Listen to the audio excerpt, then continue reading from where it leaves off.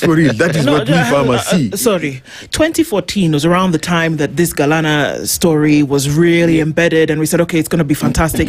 I believe the projected yields from a very small area was 400,000 bags of maize in a small area. And if that was to be replicated across the 300,000 acres, then you would actually be looking at the deficit that you speak of. The 40 million bags that Kenya produces every year. What Galana then should have been able to do, if this project was correct, was to fill that gap, close the gap between the 60 million consumed and the 40 million produced. Should have been able to do it. But now what I hear you saying is that it should have come here on Monday, because we've said this thing it didn't go wrong. It started wrong. Because if you're trying to tell us now, Nahshon, that the weather conditions in Galana,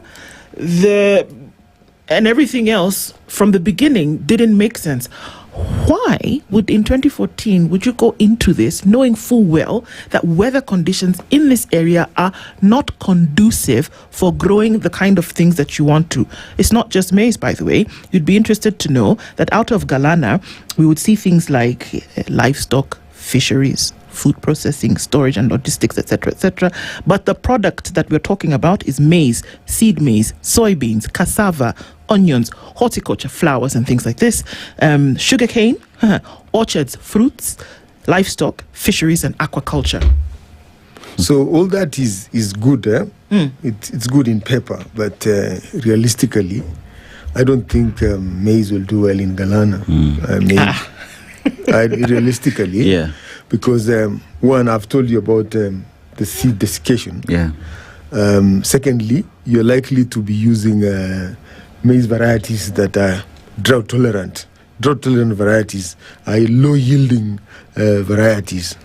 So you should have looked at those parameters. But I guess there's something that is happening at the Ministry of Agriculture that's been going on for a long time that we all need to appreciate. That the Ministry of Agriculture has been populated with people who are not really for the country for a long time. It has been an employment place because we have been able to the food systems that existed after independence were able to cater for a low population. But now we're a high population. We now need those guys to step up, but unfortunately they don't have that capacity to step up. It's Nahshon. I'm going to bring in an example, and I don't know if this example would make sense to us.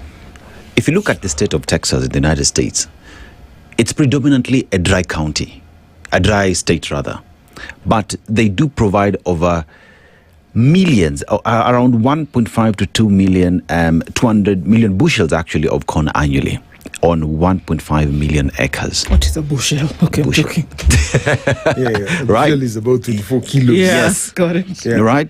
And when you look at that in this state that is dry, the state has intentionally empowered its farmers through irrigation and through supply of products to be able to do that. They are the most important economic driver in Texas as we speak today. In Kenya, we're still stuck at, we're waiting for rains to come for us to grow. Population has gone up. Climate change is a reality. We are not changing how we have been growing our crops since independence, since Kenya was Kenya. We're doing things the same way and expect different results. Is it about time that conversations around food security looked at each and every single facet that would make us be food secure? Well, yeah, you're talking about Texas. Texas is some few altitudes away from the equator. Yes. So you'll have that temperature enough. As much as it's hot in summer, it's also warm in autumn or spring and all that, and it's conducive for maize production. But where we are right now has been developing for a long time. Okay? So we are in something called policy crisis. Okay. Now in policy, the policy crisis actually started, the policy towards food sovereignty was, I think, started in 1984. When NCPB Act was formulated, I think around, it was assented to in 1985, 86, thereabouts. And that set the pace towards food sovereignty, and it should have addressed where we are right now. We should be having the right, in maize, the varieties that are available, there is something called seed placement. You put the right seed, you give the farmer the right seed for his ecological zone. Okay. All right. You put based on also the soils that he has. Right. So if you do so, you are bound to be having better results all the time. Right. Naturally.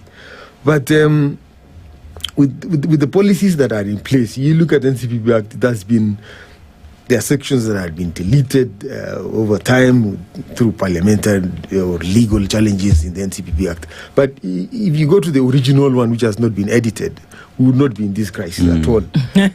Because it is something that built the stores that we have right now in the country. By the way, if you go around the country, you will find every seed producing zone in Kenya has a store, NCPB store, ready there.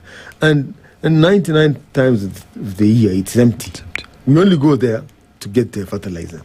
But there isn't